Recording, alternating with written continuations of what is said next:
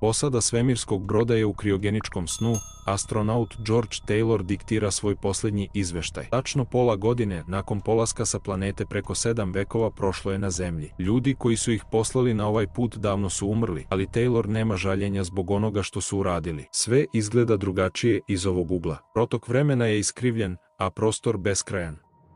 Jedino što bi voleo da zna je da li se čudo svemira koje ga je poslalo u nebo, čovečanstvo, i dalje bori. Posljednji pogled na sat pokazuje da je 27. mart 2673. godine na Zemlji. On gleda svoje saborce i legne na svoje mesto. Nakon nekog vremena, brod napravi vanredno sletanje na nepoznatu planetu i nađe se usred vodene površine. Posada se budi i švata da su spavali mnogo duže od predviđenog vremena, ali najstrašniji šok je smrt jedine žene, stjuardese.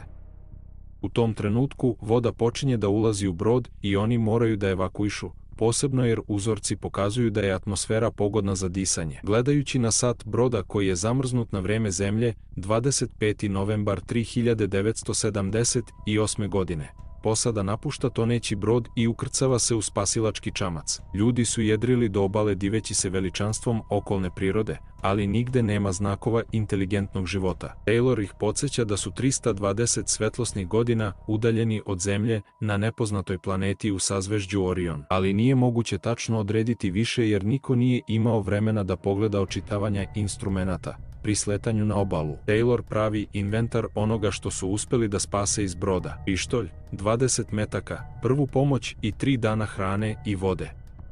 Jedino pitanje sada je koliko traje dan ovde. Oni raspravljaju o čudnoj smrti stjuardese, koja je očigledno uzrokovana depresurizacijom. Izgleda da su leteli 18 meseci, dok je na Zemlji prošlo oko 2000 godina. Nema nade za povratak i vreme je sve izbrisalo što su poznavali, pa sada moraju početi da proučavaju ovu planetu. Analiza pokazuje da ovde ništa ne može da raste, jer ima vrlo malo ugljen dioksida, ali nema ničega što bi bilo opasno po zdravlje ljudi. Imaju još 72 sata hrane. Landon postavlja malu zastavu Sjedinjenih Američkih Država na obali, a astronauti kreću na svoje putovanje. Okolina je čudna i divlja, s bizarnim stenama i beživotnim kanjonima. Ljudi su se gotovo nekoliko puta zarobili na klizištima. Gromovi obasjavaju nebo bez kiše, a samo nebo je prekriveno oblacima bez satelita ili orijentacije.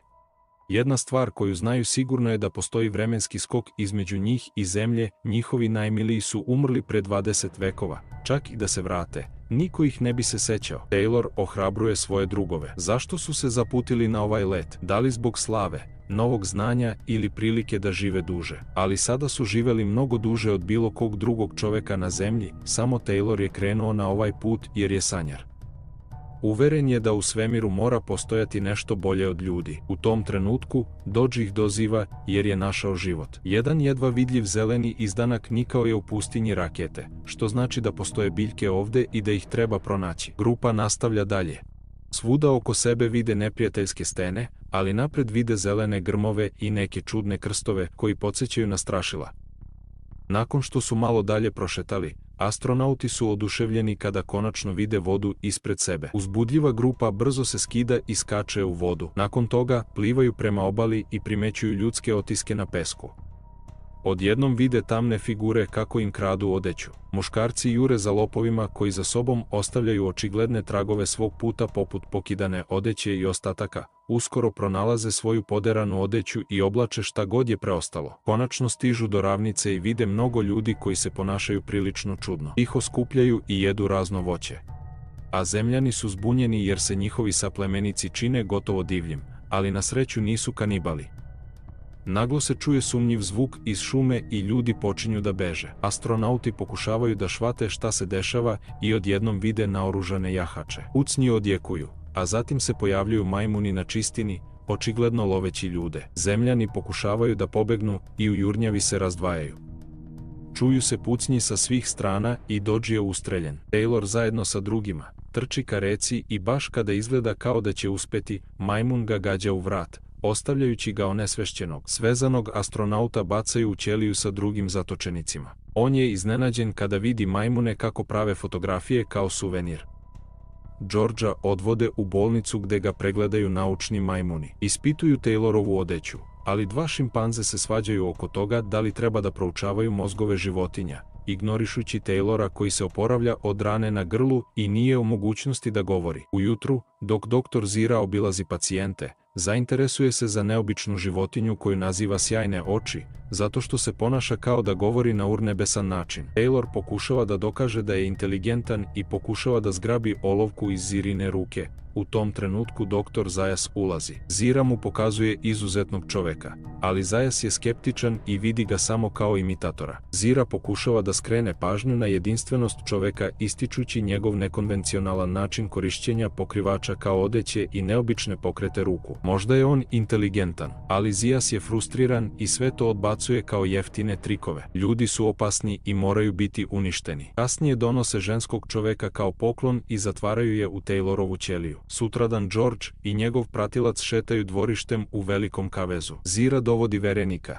arheologa imenom Cornelius, da mu pokaže Taylora. Cornelius ne vidi ništa posebno u njemu. Dok gorile raspravljaju, George piše u pesku, ali niko ne obraća pažnju na njega. U tom trenutku dolazi dr. Zayas, ljut na Ziru što je ponovno s ljudskim bićem. Odjednom, divlji čovek napada Georgea i počinje borba. Čuvari odvode Taylora, a Zayas vidi pisma koje je George napisao, ali brzo ih briše. Zira se izvinjava Tayloru, ali on uzima papir i olovku i piše svoje ime. Zira je zapanjena i odvodi ga kući. Cornelius ne veruje u njegove priče, to su samo trikovi. Ljudi ne mogu pisati. Pokušavaju da saznaju gde je naučio da piše, a Taylor piše ime svoje škole. Gorile su šokirane. Da li je on stvarno inteligentan? Čovek objašnjava da su došli sa druge planete. Cornelius je zbunjen, ali letenje je nemoguće. Zatim Taylor pravi avion od papira, nakon čega traži da vidi mape i objašnjava gde su sleteli i kako su tamo stigli. Zira i Cornelius se žestoko svađaju. Ona tvrdi da su ljudi mutacija u nedostajućoj vezi između gorila i majmuna i da je sasvim moguće da su majmuni evoluirali iz ljudi. Dr. Zayas koji ulazi na scenu otkriva avion od papira, zgnječi ga i naređuje da Taylora odvedu u ćeliju. Taylor i Nova spavaju u svojoj ćeliji kada dolazeće gorile narede da se Taylor pripremi za operaciju kastracije, ali čovek uspeva da se oslobodi i istrči iz ćelije. Uspeva da se sakrije u hramu gorila, ali ga primećuju i čovek mora da beži kroz grad gorila. Taylor se nađe u muzeju gde su izložene ukočene ljudske figure. Šokiran, on istrči na ulicu, ali biva uhvaćen u mrežu gde ga pronalazi Zira, a tada se glas vraća Tayloru šokirajući gorile. Kasnije u ćeliji, Taylor pokušava da nauči Novu kako da govori, ali gorile odvode devojku i smeštaju je u ćeliju preko puta njegove. On joj priča o svom životu na zemlji, ali nije voleo nikoga tamo. Pita se može li Nova voleti. Gorile mu stavljaju ogrlicu i vode ga na suđenje. Održava se saslušanje, a Zira i Cornelius su spremni da budu njegovi branitelji. Sudije su užasnuti jer on nema prava, jer nije gorila. Ali onda zašto se onda sudi njemu? Sud daje odgodu njegovim advokatima, ali Taylor planira da se brani sam. Teolog i naučnik je pozvan da svedoči, pokušavajući dokazati iracionalnost čoveka jer ne zna odgovore na najjednostavnija pitanja. Ali Taylor ne može znati odgovore jer nije proučavao njihovu kulturu.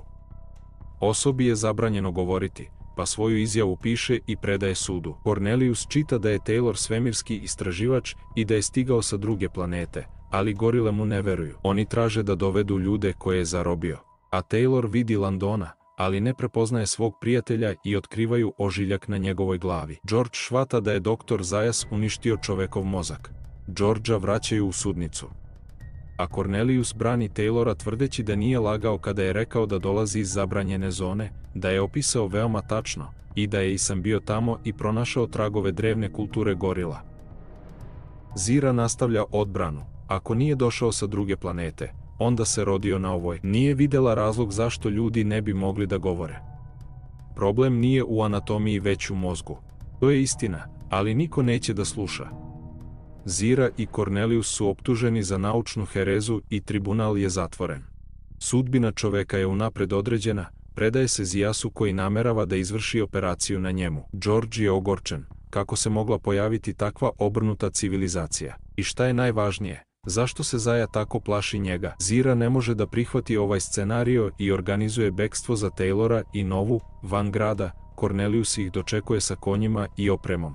Predlaže da se vrate na mesto sletanja svemirskog broda. Mali karavan kreće i stiže do reke. Ako je slede, stići će do mora uskoro. Stižu do mesta gde je Kornelijus vršio iskopavanja. On je spreman da čoveka odvede u pećinu, a onda Zira vidi progonstvo. Doktor Zayas, koji je sustigao bekstvo, ima neprijatno iznenađenje. Taylor je naoružan. Zemljanin nudi kompromis doktoru. Ako Kornelijus može da dokaže da njihova kultura nije najstarija i da je potekla od ljudi, onda će ih ostaviti na miru. Svi ulaze u pećinu, dok Kornelijus pokazuje svoje nalaze. Taylor otkriva rezervne delove ljudskog tela, zubnu protezu, naočare i srčani zalizak, ali glavno otkriće je lutka koja izgovara reč mama. Zayas pokušava pronaći razumno objašnjenje kada se čuju pucnji vani. Svi žure prema izlazu. To su improvizirani doktori koji su napali pratnju begunaca. Taylor uzima doktora Zayasa kao taoca i naređuje svima da odu. Taylor će ga osloboditi u zamjenu za konja, hranu i vodu za njega i ženu, ali pre nego što ode, pita doktora zašto se uvek bojao njega. Zayas odgovara da se boji jer je on čovek i da su njegovi preci krivi za pustoš zabranjenih zemalja. Za njega je on najniža i najopasnija životinja. Ljudi odlaze, a doktor naređuje da se pećina raznese, a Zira i Kornelijus da budu uhapšeni, spasavajući budućnost svojih ljudi. Taylor i Nova jašu duž plaže kada se odjednom čovek skida s konja u strahu.